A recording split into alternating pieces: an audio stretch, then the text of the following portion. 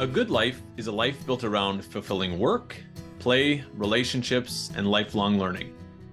Welcome to Good Life Conversations, where we explore the stories and strategies of inspiring everyday people who are striving to create a life of purpose, meaning, and connection. Hi, everyone. Welcome to this Good Life Conversation episode. My name is Jay. I'm the host. I'm the founder of Discover Year. And today our guest is Dan Trommater. Dan is a self-employed speaker, facilitator, coach, and magician, although perhaps that shouldn't be the last thing we name. Welcome, Dan.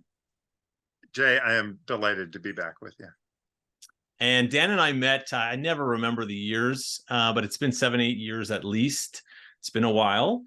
And we met at a positive psychology conference where I attended a workshop that Dan was giving. And it was so cool, both in title and in reality, because the workshop was around using magic to help people build empathy. So it caught my attention right away. And going to the workshop and seeing Dan's performance in that workshop and then chatting with him afterwards, and knowing him since, he has always impressed me. He is a fountain of wisdom and of authenticity and vulnerability and kindness.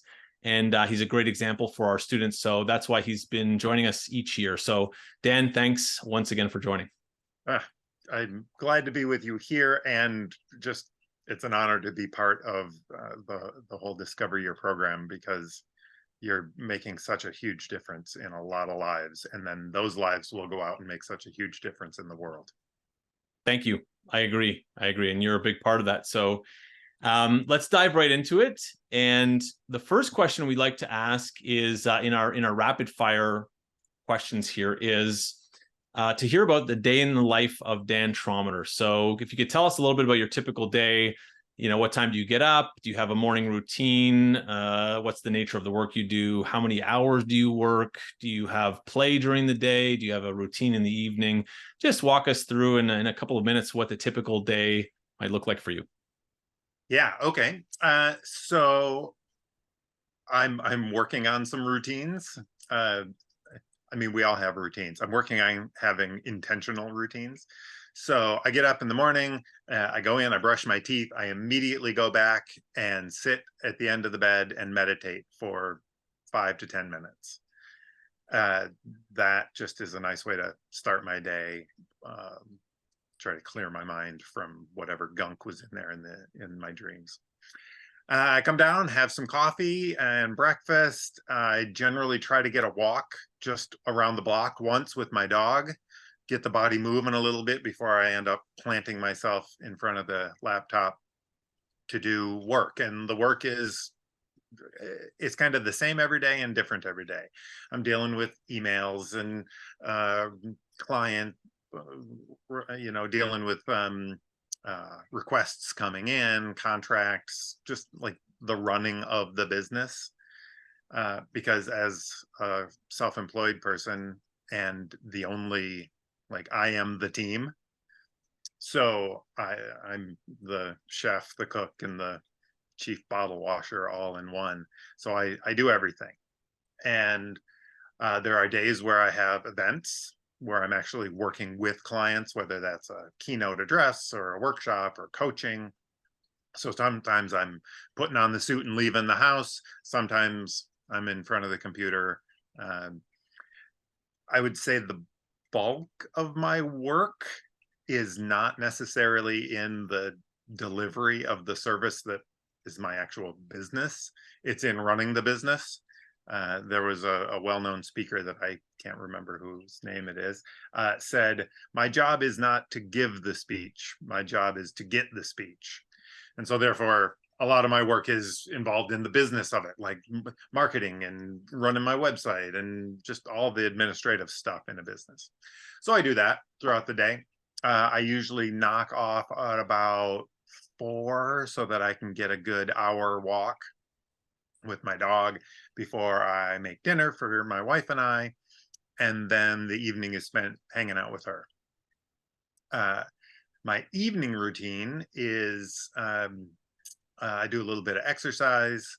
I do a bit of yoga and then hit the hay. And are those end of day routines, are those part of the routines that you're still working on implementing? Uh, no, I have that pretty much dialed in. Fortunately, I've been doing that for long enough. It's been about a year that I've got it. I hang out with Katie, she goes to bed, I do a couple things on my own in my workshop, then I come up, I watch a short show, kind of mellow out, do some exercise, do the 15-20 minutes of yoga and up. That I have pretty solid. Hmm. But it's a routine that came by in little increments. I've been working for about a year on trying to become more growth mindseted. And so I've been intentionally trying to do things that I'm not already good at. And one of those things is having a routine. So in little pieces, I've been trying to add, like, okay, I'm not good at flossing every night. So I'm gonna do this. I'm gonna commit myself to do that. And it's just, I mean, it's such a tiny little thing, but sometimes tiny things are hard, and little actions repeated over and over add up. What I like the best about this answer is that it's exactly what we want. In some sense, we want our students and all young people to understand that you don't just wake up when you're 21 and have it all figured out and do all the routines and meditate every day and floss your teeth every day. It's important that they hear that these are things that people, that adults of a few years older are still working on. So thank you for that. Yeah. Yep. And so I think knowing that magic is part of your career, we can perhaps assume also that it might be a hobby for you. But the next question that we wanted to explore here is, tell us a little bit about some of your hobbies and pastimes. You mentioned yoga and meditation. I don't know if you consider those hobbies, but any other things that you do for fun or to fulfill yourself? Yeah. Yeah. Magic used to be my hobby until it became my job. And that, as money often does, it can suck the joy out of things. So I still love magic, but I don't do it as a hobby anymore. Now my hobbies are all, I was going to say woodworking, but really my hobby is making gifts for people that I care about. Hmm.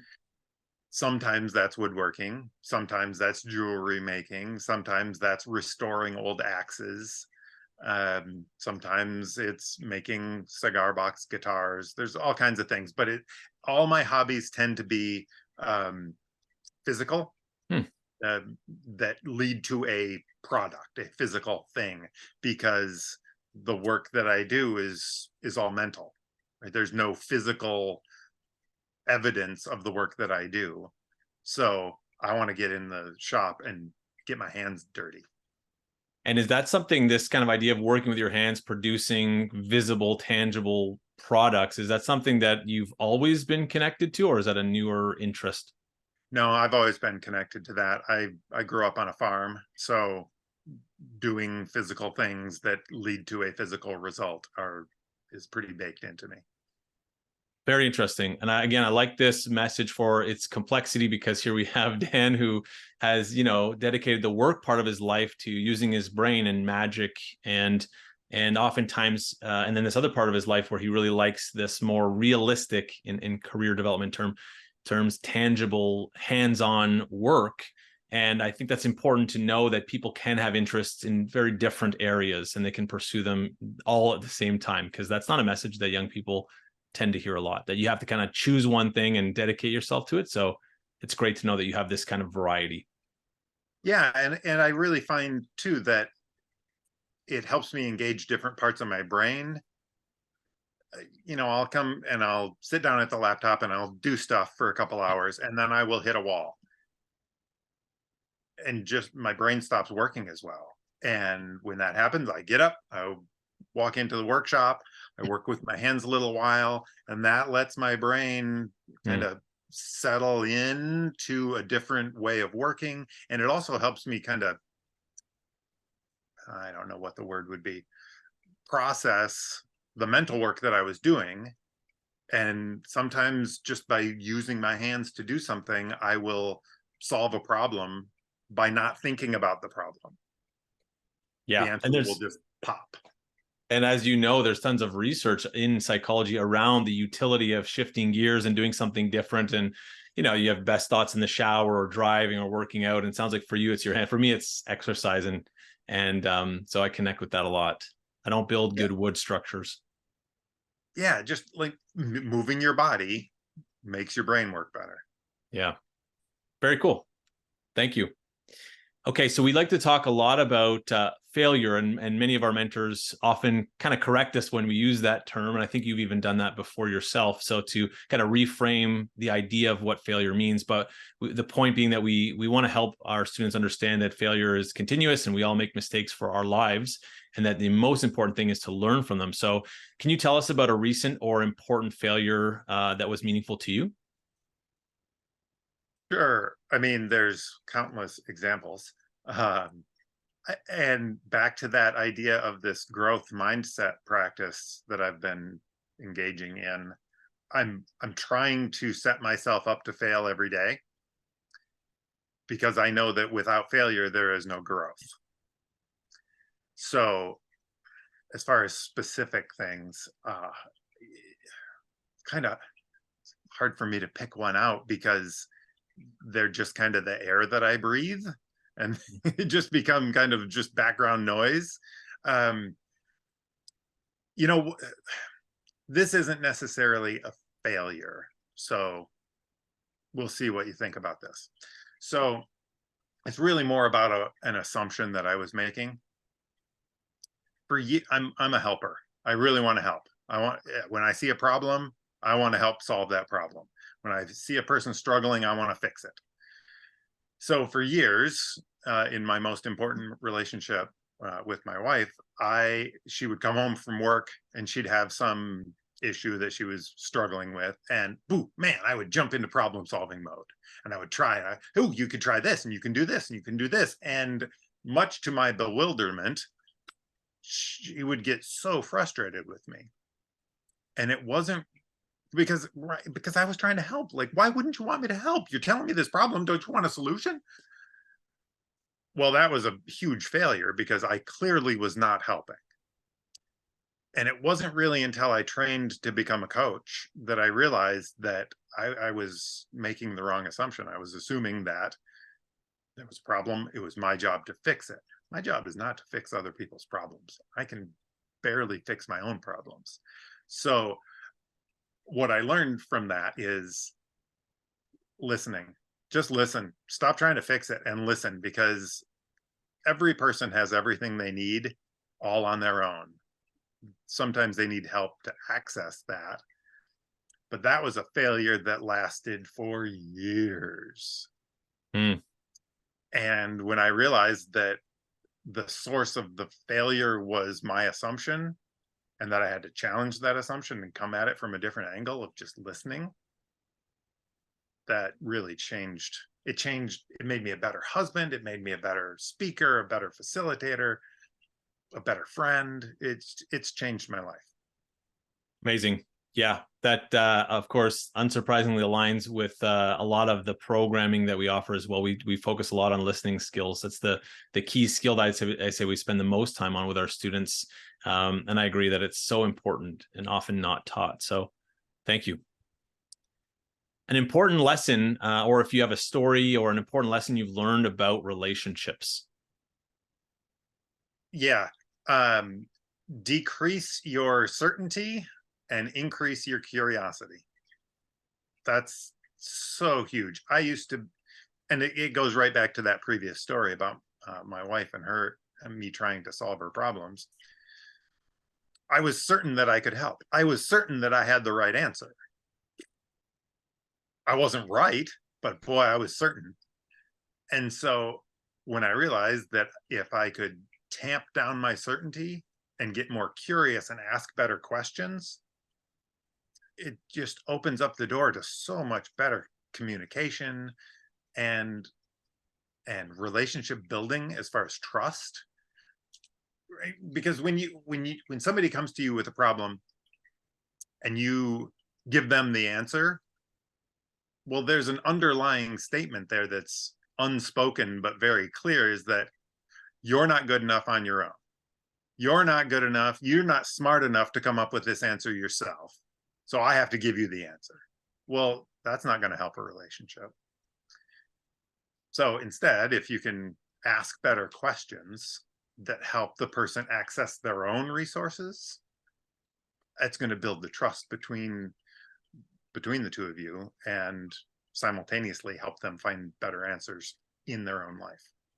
Oh yeah, excellent advice and a lesson that's in my experience people learn over and over, or perhaps they don't really learn it because we all intuitively understand. We can think of someone who's always telling us what we need to do, and we hate that, and yet we most of us continue to do that. I think it's one of the great ironies of the human condition, personally, in my experience. So it is so hard. I mean, even in the middle of coaching sessions, when I am in the mindset of asking questions, every time there's an issue, boop, oh, up comes an answer. Up comes an answer, right? And I mean, it's no surprise that, like you said, that is part of the human condition. Our brains do really well of coming up with answers, and we want to believe that they're the right answer.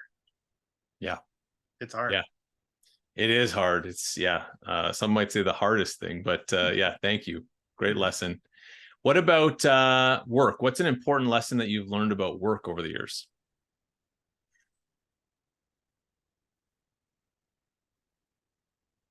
So for me, a big lesson that I'm slowly learning and slowly leaning into is, well, there's so many. I'm going to leave. I'll go with this one. Vulnerability. I find that the more vulnerable I can be, the more attractive that is to clients, to partners, relationships. That vulnerability, there's this erroneous belief that vulnerability equals weakness. But in my experience, every time that I've been voluntarily vulnerable, it's been a superpower. It really forges relationships in a way that really nothing else can. So, for example, for years, I thought that I needed to say certain things in my marketing to attract clients. I thought that clients wanted to hear certain things like, this will help your productivity, this will help your teamwork, this will help your bottom line, you'll make more money, blah blah blah, all this corporate stuff. The problem is, it just felt so inauthentic to me. It felt icky and gross, but at the same time I felt like I have to say these things. And so slowly over the course of 25 years, I've been learning that if I can really, instead of trying to say the things that I think they want to hear, because I'm not a good mind reader, if I instead am vulnerable and say the things that I'm actually passionate about in my work, here's what I care about in my work, here's why I believe that this is really useful for you. Well, people are going to recognize that that is authentic, and that vulnerability becomes really attractive. They may not recognize that it's vulnerability. It feels vulnerable to me. I don't know what it looks like from the outside, other than I know it works a lot better than trying to say things that I don't really believe in. Yeah. Amazing. Yeah. Thank you. A lesson. We do share a little bit of information in the programming around Brene Brown, and I'm sure you're familiar with her work, and that's a great place to go if anybody watching would like to gather some of the evidence, read through some of the evidence around the importance of vulnerability. But I couldn't agree more. Okay, shift of gears here. We in Discovery Year we have a travel period in the gap year, and we encourage our students to go somewhere that piques their curiosity. So, what is your favorite place that you've ever traveled to, and maybe you can briefly tell us why? Yeah, I've got two. One is the Rocky Mountains. I'm very at home in the woods. If I could be anywhere, it would be on a river in the mountains, and I don't really care which river in which mountains. So it's place independent, but environment dependent. I just, Hmm. humans get so much out of being connected to nature. So that's one. And then the second is, I don't care where I am, but if I'm with my family and friends, that's the best place in the world. Interesting. Yeah. An interesting take on the destination. So it's really for you, it's more about the things and the people that are around you rather than any particular place. Absolutely. That's great because that means you've got a lot of options, right? You could go to a lot of places and have a great time. That's right. Yeah, I just came back from Los Angeles, which as a place, ugh, gross. But we've got a whole bunch of friends there. And so we go and we get to see all these friends, and it makes the place, Mm, it makes it worth enduring the place to be with the people. yeah. Yeah. Very cool. Okay. What do you like the most and the least about your job? And you've already told us a little bit about what that entails, but what do you like the best and the least about your job? The thing that I like I'll start with the least. The least is all the minutia, all the kind of boring, repetitive tasks of bookkeeping and marketing and all the stuff that is involved in getting me to the place where I actually do the thing that I love the best, which is being with a group of people, helping them challenge their assumptions and open their minds. Whether that's a keynote or a workshop, anything where I'm actually interacting with the people that I'm working with, that's the best. I love to be, I'm not going to say the center of attention, but I love to be the anchor that allows other people to find their own best answers. I bring that coaching mentality in, that people in the room are smart. It's my job not to give them new answers. It's my job to ask better questions so they find their own answers. And it's just, I mean, I'm a huge extrovert. So when I'm, and which is another reason why I don't like doing the boring business stuff, is because I'm sitting on my laptop by myself doing that stuff alone. As an extrovert, that sucks energy out of me, as opposed to being in a room with a bunch of people, that fills up my tank. Yeah. Again, I love this answer for a variety of reasons. Number one, mostly though, what I love about it is that it gives us a kind of a passageway into this idea or the conversation related to follow your passion, do what you love. You'll never work a day in your life, right? So these are things that, people over time hear, and young people are, I think, a lot of times today in this kind of vice where I think they hear simultaneously, yeah, you got to do what you're passionate about. And there's other people saying, now there's research saying that it's not productive or not useful to do what you're passionate about. And there's a lot of mixed messages. And I like what you're saying, because here we're hearing Dan say, I chose to do this. It takes a lot of work, a lot of discipline. I love it deeply when I'm doing the thing that I wanted to do. And then also, there's this huge part of it. And earlier you said that was the majority, the kind of administrative work, the majority of the time. So I like this because it shows the complexity of a simplistic saying of, follow what you love to do.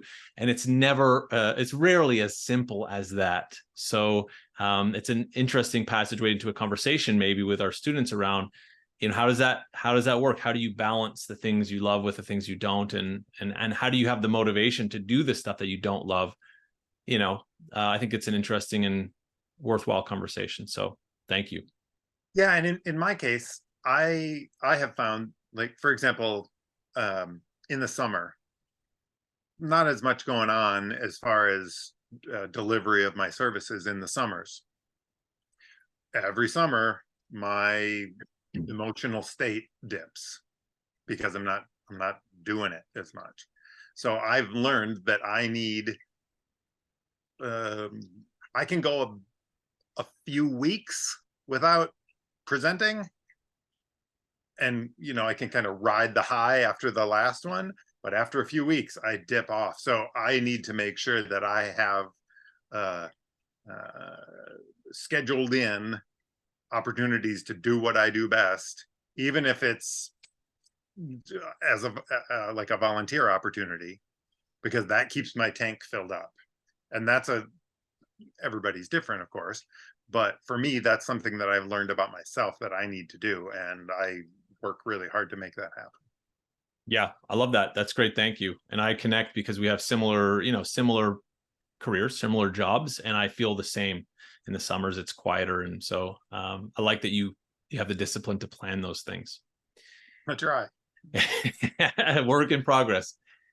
Okay, we like to ask a bonus question for all of our guests. In this case, I know that you have something around you that might help you give us a little bit of a taste of your magic. Would you be up for giving us a little bit of a magic trick? Yeah, sure, sure. And I'll do it as a kind of an illustration of the power of wonder. So in my work, I'm often standing in front of a group of people trying to deliver some information, trying to help them challenge their assumptions a little bit. People can only hear so much of just right?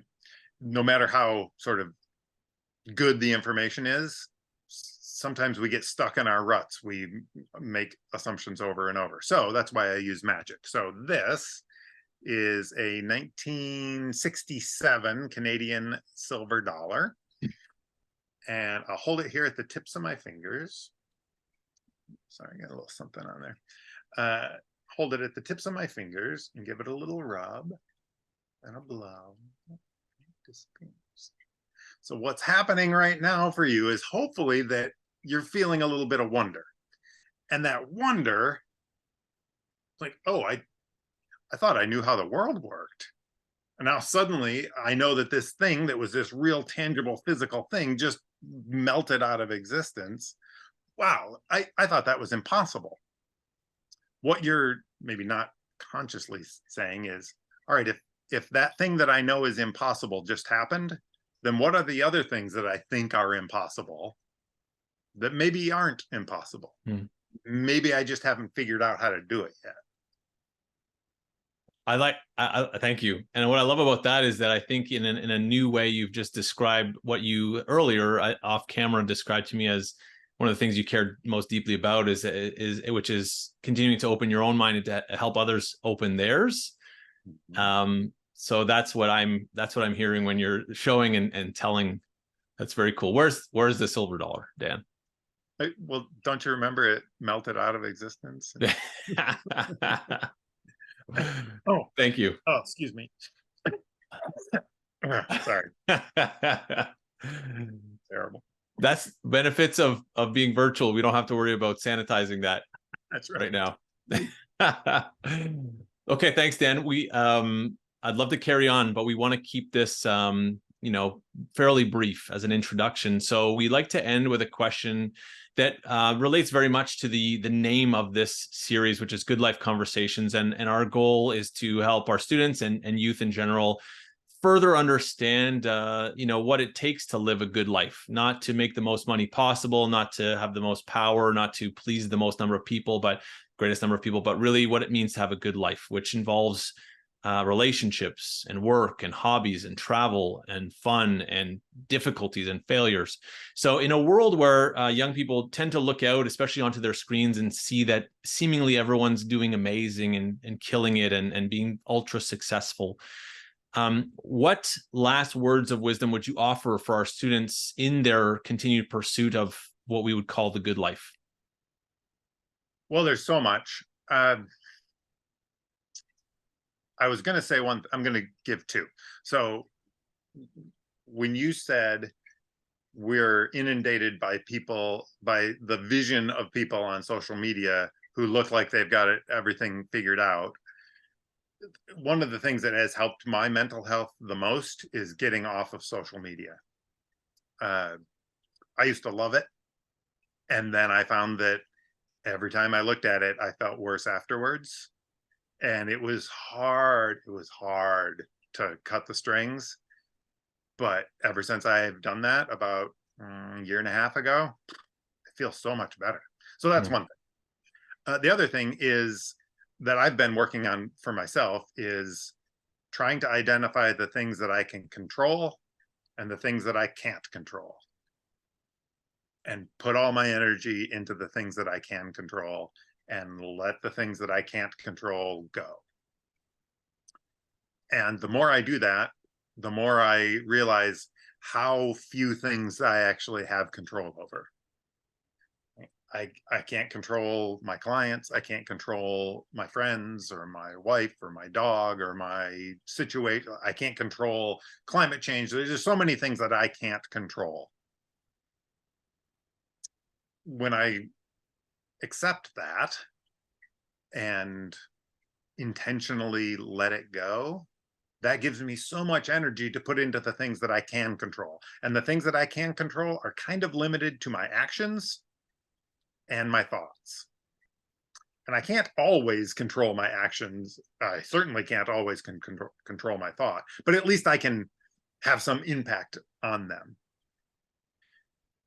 That's, for me, that's where I'm spending a lot of my mental energy lately, is letting go of the things that I can't control and pouring energy into the few things that I can. Yeah, thank you.